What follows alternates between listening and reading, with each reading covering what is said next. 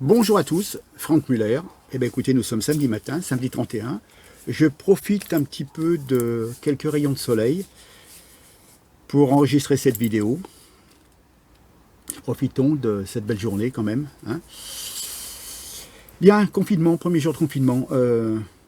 Écoutez, toutes les grandes surfaces sont ouvertes, hein. Les gens s'agglutinent à Leroy Merlin, à Auchan, à Carrefour. Même Jiffy est ouvert. Jiffy, enfin bref. Bon, j'ouvre une toute petite parenthèse parce que certains m'ont écrit pour me demander des nouvelles, etc. Donc, moi, j'ai fait un petit test pour être sûr par rapport à mes proches, pour savoir si j'étais positif ou pas. En ce qui concerne ma maman, qui est très légèrement positif, le médecin, lui, il est malade depuis une dizaine de jours, donc il m'a répondu par mail.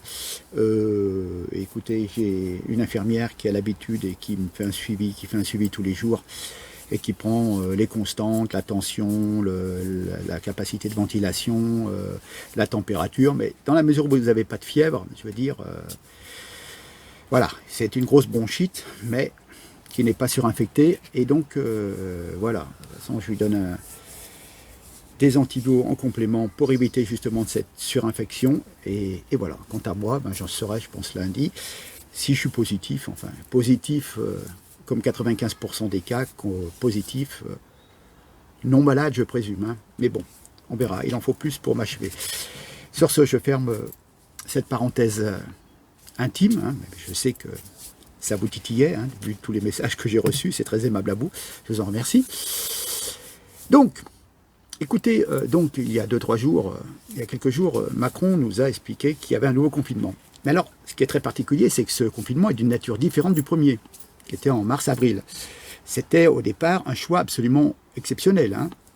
Tandis que là, celui qui est décidé 6 mois après, c'est plus de l'exception, ça devient de la banalisation, hein. Ce confinement est désormais rentré dans les habitudes, hein. On va confiner, on va déconfiner, on va reconfiner en janvier, et patati, et patala. Bon.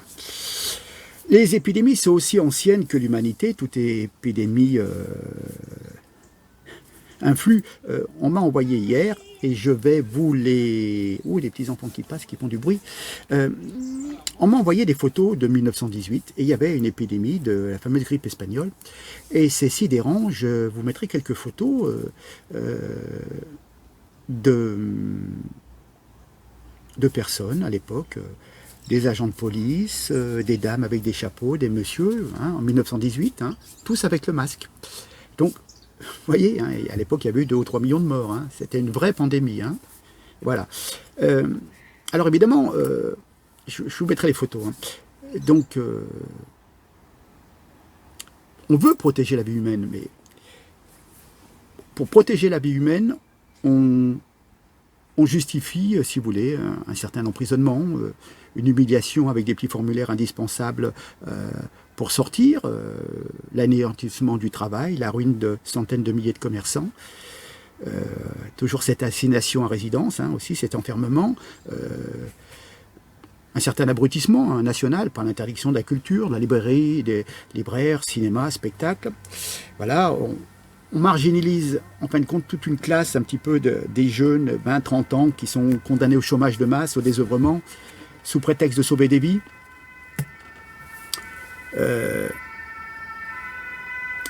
Est-ce qu'on peut vraiment dire que le confinement de mars-avril a prouvé que c'était une solution efficace et durable? Non, ça n'a pas fait l'unanimité, hein. Donc, en fin de compte, vous vous apercevez que la puissance publique accumule les errements, les fautes, les comptes vérités, les masques, etc. etc. Et aujourd'hui, cette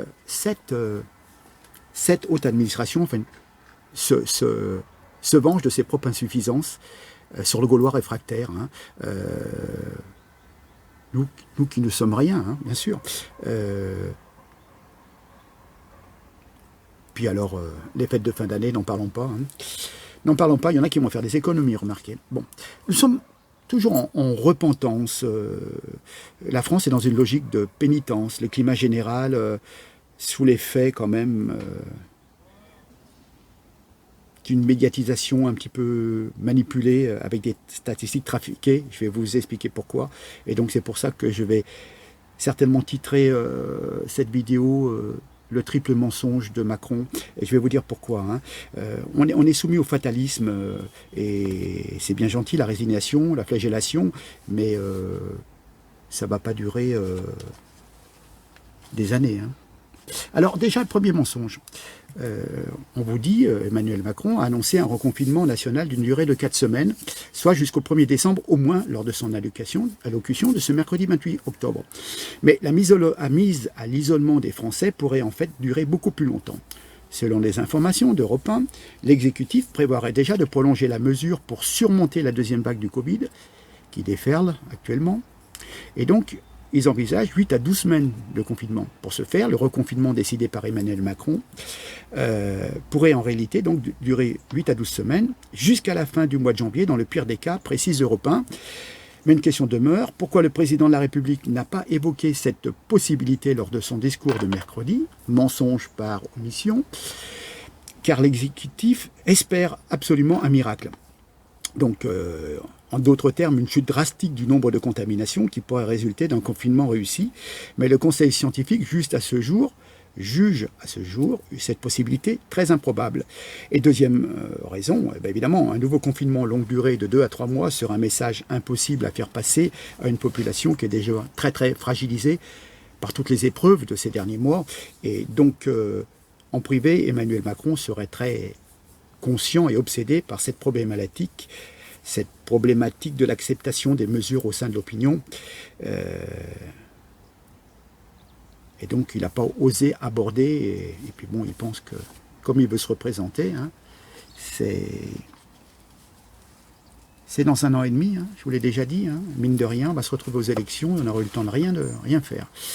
Bon, deuxième mensonge Macron vous a expliqué qu'il y avait 527 décès rien que hier, il nous dit, hein, donc mardi. Or, le mercredi matin, qu'est-ce qu'on pouvait lire sur une chaîne d'infos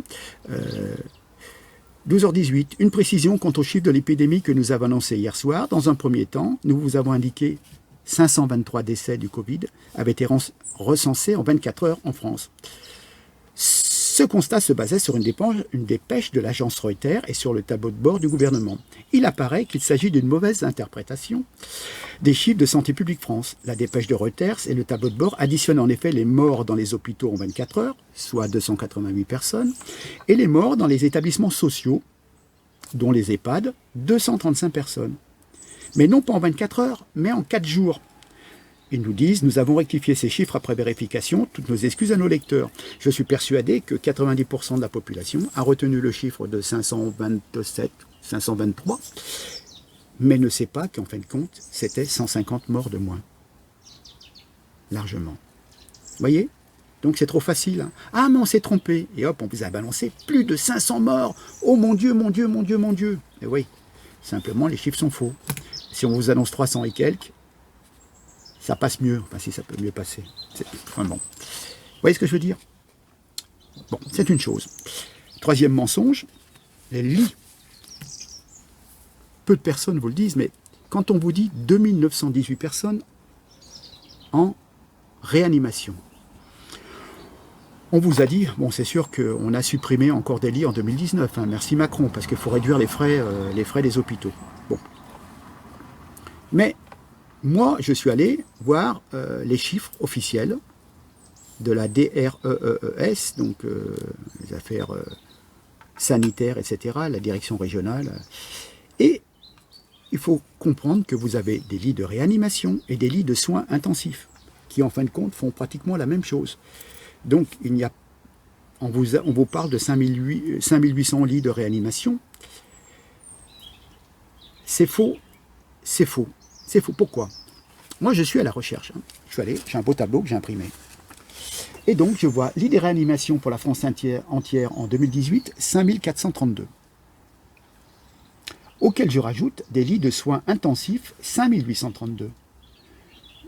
Ce qui me fait un total de 19 300, qu'est-ce que je dis? 5000 et 5000, on est à plus de 10 000, pratiquement 11 000 lits qui font donc soins intensifs et réanimation. En sachant qu'il y a beaucoup de personnes et je crois la députée Martine Vonner à l'Assemblée nationale, la dame avec les longs cheveux, là, il y a une semaine, avait dénoncé ceci, que on vous dit que vous êtes en réanimation pour vous mettre 2 litres d'oxygène, hein, parce que vous avez une légère insuffisance. Pas toutes les personnes, il y a peut-être un quart de personnes, 30%, qui sont vraiment intubées, qui restent bloquées pendant 15 jours, 3 semaines, avec des tuyaux de tous les côtés. Ça, c'est quelque chose de très, très... Je ne le souhaite pas à mon pire ennemi. Alors, à titre d'exemple, pour le département 75, Paris 75, nous avons 471 lits de réanimation, auxquels se rajoutent 541 lits de soins intensifs. Donc, vous voyez, on a un bon millier de lits, voilà. Hein. Moi qui suis sur Lyon, le Rhône, nous avons 222 lits de réanimation et nous rajoutons 211 lits de soins intensifs. Alors, je reviens, je l'ai déjà dit, on vous fait tout un cinéma avec les malades qui ne peuvent plus être soignés parce que nos hôpitaux sont soi-disant surchargés. Et on envoie des Lyonnais, des Stéphanois, je vous en ai parlé je crois la dernière fois, à Bordeaux. Mais nos cliniques, qui ont quand même des plateaux, qui font de la chirurgie cardiaque, qui font des tas de choses, qui font de l'orthopédie, avec des grands toubibis-tout, sont vides. C'est-à-dire ces gens-là déprogramment, comme il y a 6 mois, déprogramment des opérations, mais en fin de compte, on ne leur envoie pas les patients. Donc ça aussi, c'est... Donc je vous ai démontré que nous avons eu 3 mensonges de Macron. Donc comprenez une chose, c'est qu'on ne peut pas faire confiance à nos gouvernants, et ils nous racontent tout et son contraire. On en a l'habitude, je crois que c'est ce qui pourra rester en souvenir à l'image de Sibeth Ndiaye, si vous voulez. Hein. Les masques, ça sert à rien, après il faut mettre des masques, après, bon, enfin, je veux dire, voilà, tout aura été que confusion, voilà. Hein. Alors, effectivement, la première vague l'avait mis au jour brutalement, la deuxième vague ne fait que confirmer le constat. À l'échelle de la France, 100 000 postes sont vacants dans les établissements de santé, dont 34 000 d'infirmiers et 24 000 d'aides-soignants. Vu dans le Parisien, Dominique Rossi, le président de la commission médicale d'établissement de l'assistance publique Hôpitaux de Marseille, s'est ému de la situation. Pour tout assumer, il nous faudrait à la louche 100 infirmiers et 25 médecins supplémentaires pour vraiment faire face, si vous voulez, et sachant qu'on a déjà recruté 285 depuis le 1er août. Et même pour l'île de France, donc région parisienne, Pierre-Emmanuel Le Cerf, pour les hôpitaux de Paris, il manque encore 400 personnes. Le budget, on l'a, mais il faut du temps pour recruter et former. Voilà. Et même, je peux vous dire que dans la Loire, il y a un groupe de 21 élus de la Loire, 42, a demandé au gouvernement l'installation d'un hôpital de campagne militaire pour épauler les hôpitaux du département. Depuis des années, avec ce fameux numerus clausus, on a tout fait pour réduire le nombre de médecins pour ne pas avoir à payer leur formation. Sans tenir compte du nombre de médecins, c'est ça, c'est un truc de fou, quoi. Je veux dire, c'est à la portée de n'importe quelle personne sensée. Je veux dire, si vous avez 3000 médecins qui chaque année partent en retraite, on le sait, en fonction des tranches d'âge, je veux dire, je vous apprends rien. S'il y a 3000 qui partent à la retraite, on ne va pas continuer à seulement former 1000 médecins par an. C'est la raison pour laquelle, souvent, vous retrouvez dans des hôpitaux des médecins du Maghreb, souvent algériens, des médecins roumains, d'autres nationalités aussi, qu'on fait venir. Donc, si vous voulez, on sollicite une immigration qui ne devrait pas avoir lieu. Ces gens, en fin de compte, ils se trouvent bien en France, on les a fait venir, donc ils vont y rester, ils vont faire souche. En plus, ce sont des gens qui n'ont pas tout à fait le même cursus d'études. Parfois, ils ont fait 1 an de moins. Et puis bon, c'est pas tout à fait la même façon d'aborder le problème de la santé. Donc, on leur donne une équivalence parce qu'on a besoin de ces gens. Donc, ils sont docteurs en Algérie, même s'ils n'ont fait que 6 ans, c'est un titre d'exemple, et qu'en France, on en fait 7 ou 8. Peu importe. Hein. Et voilà. Mais c'est de la folie, quoi. Je veux dire, si vous avez 3000 personnes qui partent à la retraite chaque année, ne continuons pas à former seulement 1000 médecins. En plus, il y a une formation qui dure 6, 7, 8 ans. Comprenez, les infirmières sont tellement dégoûtées, leur plus grand désir, c'est de partir, de quitter. Donc, on ne forme pas assez de personnes. Je crois que pour former un réanimateur, on peut avoir tous les lits de réanimation qu'on veut, mais il faut quand même 12 ans pour former un médecin réanimateur. Donc, évidemment, on resserre, c'est ce qu'on appelle le néolibéralisme, et donc il faut éviter de mettre de l'argent dans le public, et on fait tout pour diminuer les dépenses. Et oui, d'accord, mais quand il y a un problème après, eh ben, voilà, c'est comme ça. Donc, ce que je voudrais dire, compléter, si vous voulez, comment vous expliquer? On a un reconfinement qui est un peu mensonger, hein, qui est basé tout sur le mensonge. Et puis, en fin de compte, on attend déjà pratiquement une troisième vague qui sera annoncée. Hein. Cette nouvelle assignation en résidence des Français n'a rien à voir avec les préoccupations sanitaires affichées. À aucun moment, Macron,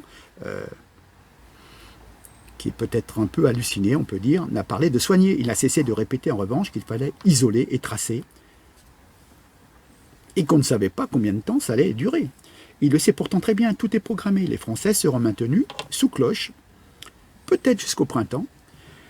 On attend ce fameux vaccin et en même temps, on leur fera passer, si vous voulez, le grand reset, la grande réinitialisation monétaire. Donc, on sera tous confinés à la maison. Donc, on ne pourra pas gérer. On est complètement abrutis par cette peur du virus. Et pendant ce temps, on vous fait les poches et vos comptes en banque. On en reparlera, on verra. J'ose espérer que... Je préférerais me tromper, mais malheureusement, j'ai des doutes. Hein. Donc, il y a quand même une sacrée mascarade et de la fumisterie. Hein. Donc, en fin de compte, notre petit dictateur vient de décider de reconfiner, c'est-à-dire, en fin de compte, d'achever tous les précaires, hein, qui sont les plus touchés. Et ce sont souvent les personnes qui sont les plus entreprenantes. Hein. Et donc, tous les Français sans CDI sont touchés par cette deuxième rafale. L'économie, c'est le salaire des gens. C'est ce qui leur permet de manger, de se loger, de s'habiller, d'habiller leurs enfants. C'est la vie. Et on ne peut pas mettre sur pause en disant « hop, on bloque tout pendant 2 mois, et puis vous reprendrez tout le business dans 2 mois. » Tout va redémarrer, c'est pas un magnétoscope. Vous voyez ce que je veux dire? Pendant ce temps, eh ben, leurs affaires, leur commerce aura complètement périclité, aura coulé.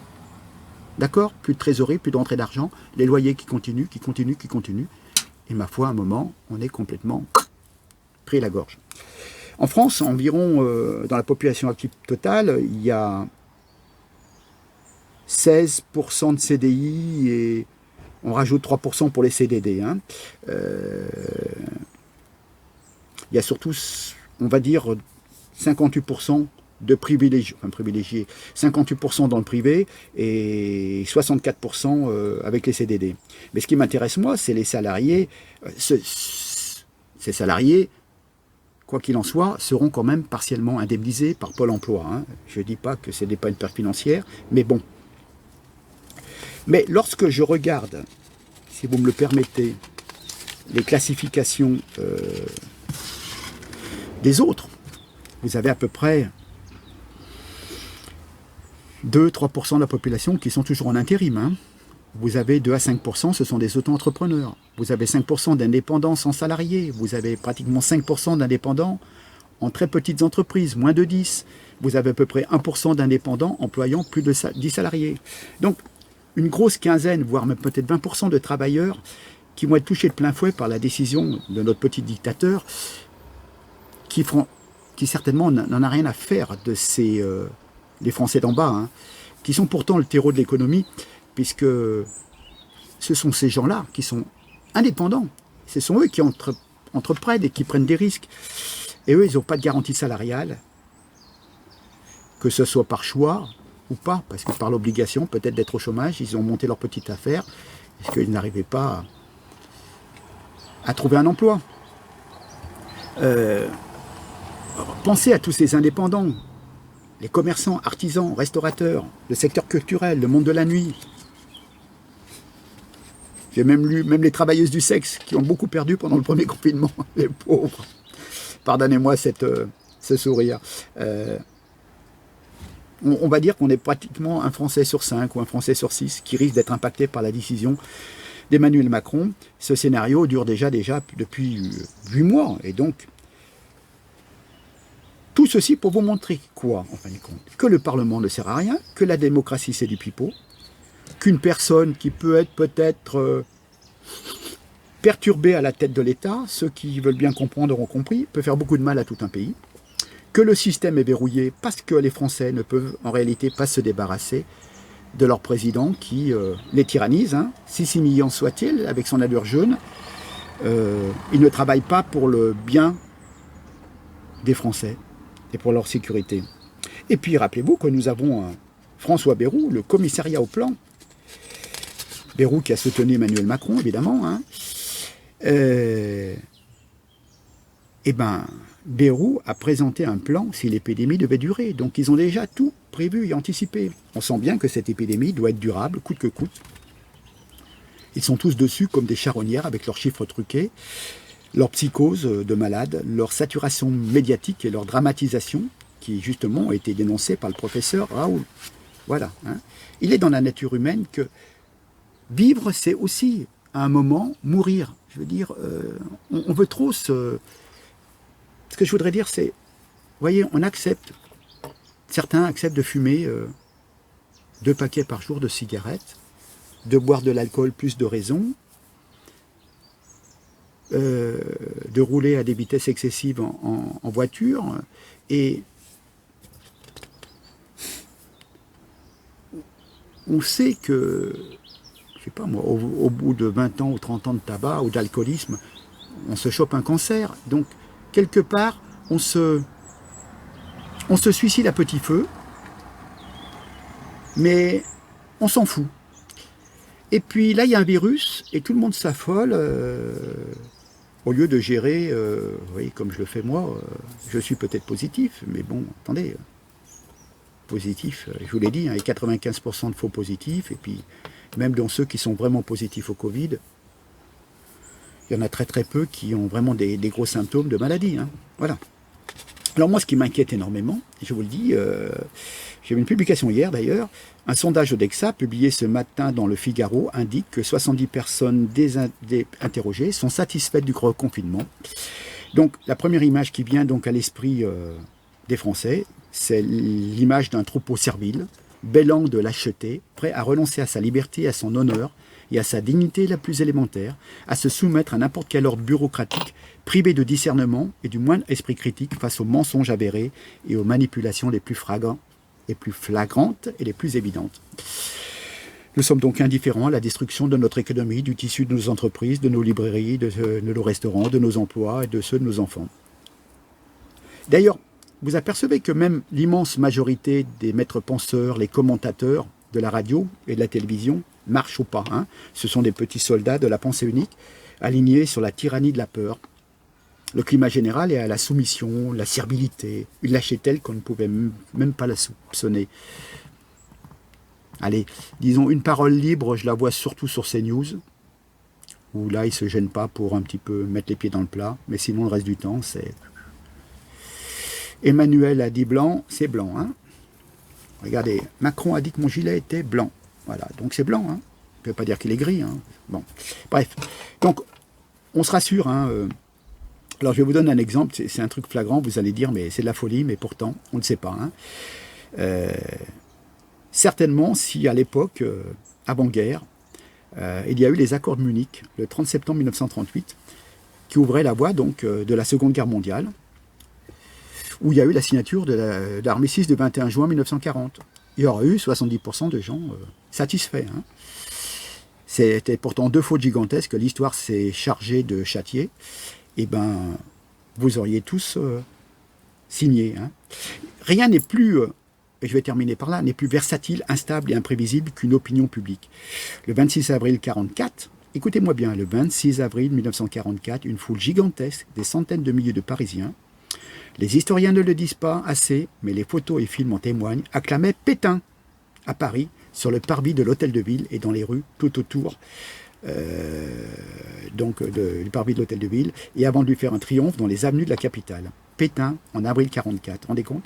Et puis le 25 août 1944, la foule, sans doute la même en grande partie, se retrouvait sur les Champs-Élysées pour acclamer De Gaulle et la libération, et un an plus tard, Pétain était condamné à mort à la satisfaction générale.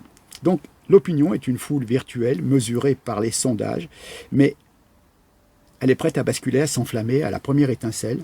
Voilà pourquoi les sondages à chaud n'augure absolument rien, si vous voulez, de l'avenir. Voilà, c'était une note, mon côté un petit peu historien, mon amour de l'histoire. Voilà, donc réfléchissez bien, si ça peut un petit peu vous inspirer, vous faire prendre du recul, c'est le but hein, de ces vidéos, de partager un peu mon ressentiment. Voilà, bien entendu, vous le savez, je suis bloqué un mois par Facebook, parce que nous sommes... Vous avez la liberté d'expression, mais la liberté d'expression sur Facebook, quand on voit certaines choses, ou quand on voit des imams prêcher la charia, c'est pas très censuré, hein. Mais par contre, ma pomme qui parlait de la chloroquine et de Madame Buzyn, ou qui parlait d'un pauvre professeur décapité, et 2 en 15 jours, c'était trop. Voilà, hein. C'est ce qu'on appelle la liberté d'expression. Je reviendrai... c'est la folie, parce qu'en fin de compte, vous apercevez que la France est une poubelle, et ça sera certainement... le titre de la prochaine vidéo, lundi. Et je reviendrai sur les différents attentats, sur les différents problèmes islamiques, puisque ça serait trop long sinon. Voilà, la France est devenue une poubelle. Vous avez des gens qui sont interdits de prêche en Tunisie, au Maroc, en Algérie, qui sont indésirables et qu'on accueille en France et qui se permettent de faire des prêches ou être à la tête d'associations musulmanes et qui sont en fin de compte des intégristes purs et durs et qui justement remontent le coup à parfois des gens qui sont un petit peu déséquilibrés et qui les pervertissent, hein, qui finissent de les pervertir, sur un accès violent de la religion. Et voilà, et c'est eux qui, par leur prêche, font qu'il y a des déséquilibrés, on va dire déséquilibrés, parce qu'il faut vraiment être con pour aller dans une église et aller tuer une... J'ai les photos, hein, j'ai les photos de la pauvre mémé qui a été tuée à la cathédrale de Nice. Hein. J'ai eu l'occasion de voir aussi la seconde dame qui avait pu sortir de l'église, mais qui en fin de compte est décédée des suites de l'égorgement. Elle est décédée dans la rue ou dans un bistrot proche du parvis de cette cathédrale. C'était une Brésilienne, une dame qui devait avoir dans les 45 ans, qui avait encore des enfants en bas âge, il me semble. Bon, malheureusement, le bon Dieu, il n'était pas avec eux. Hein. Franchement, aller mourir dans une église, c'est triste. Donc, voilà, on accueille, c'est la poubelle. Tous les gens qui parfois sont interdits dans leur propre pays, et en France, ils ont la liberté de circuler au nom de la loi, de la Cour européenne des droits de l'homme. J'y reviendrai, j'ai un dossier, je tâcherai d'y venir. Vous ne pouvez pas savoir que même le pire terroriste qui est recherché dans un autre pays, on ne peut pas l'expulser parce que il risquerait pour sa vie. Et malheureusement, si jamais il a fait un enfant en France, ou s'il a une femme française, ou s'il est marié et tout, c'est toute une histoire. J'y reviendrai, j'ai des détails, mais des trucs de fou. Écoutez, je vous laisse profiter de ce samedi, de ce dimanche de confinement. Le temps sera relativement clément.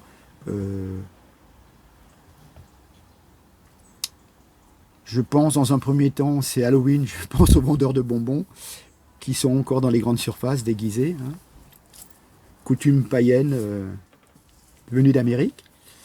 Je pense aussi aux personnes qui sont décédées, hein, que vous allez... peut-être leur rendre visite sur leur tombe dans les cimetières, si vous avez la possibilité, que vous allez fleurir. Moi, c'est déjà fait, c'est fait. Hein. Donc, voilà. Je vais continuer. On va aller s'occuper de la maman, malheureusement. Et puis, je termine là, je vous souhaite un bon week-end. Je vous remercie infiniment, mais partagez un maximum dans les groupes. Je ne retrouve pas mes publications et je plafonne à 2000 vues, c'est dommage, parce que j'essaie de vous apporter un maximum d'informations, notamment sur les 3 mensonges de Macron. Sur ce, allez, je compte sur vous, hein. Partagez à fond dans les groupes Facebook, s'il vous plaît. Merci beaucoup en tous les cas. Je vous dis à lundi. Portez-vous bien, soyez prudents quand même, les gestes, le gel, les mains, etc. Beaucoup de contacts, c'est tout du mano porté, et on ne se rend pas compte. D'ailleurs, depuis que les gens utilisent du gel, en fin de compte, vous n'avez plus de gastro. Vous voyez ce que je veux dire? Donc, en fin de compte, on ne prend pas assez de précautions de ce type-là. Hein. Voilà. Merci beaucoup. Allez, au revoir.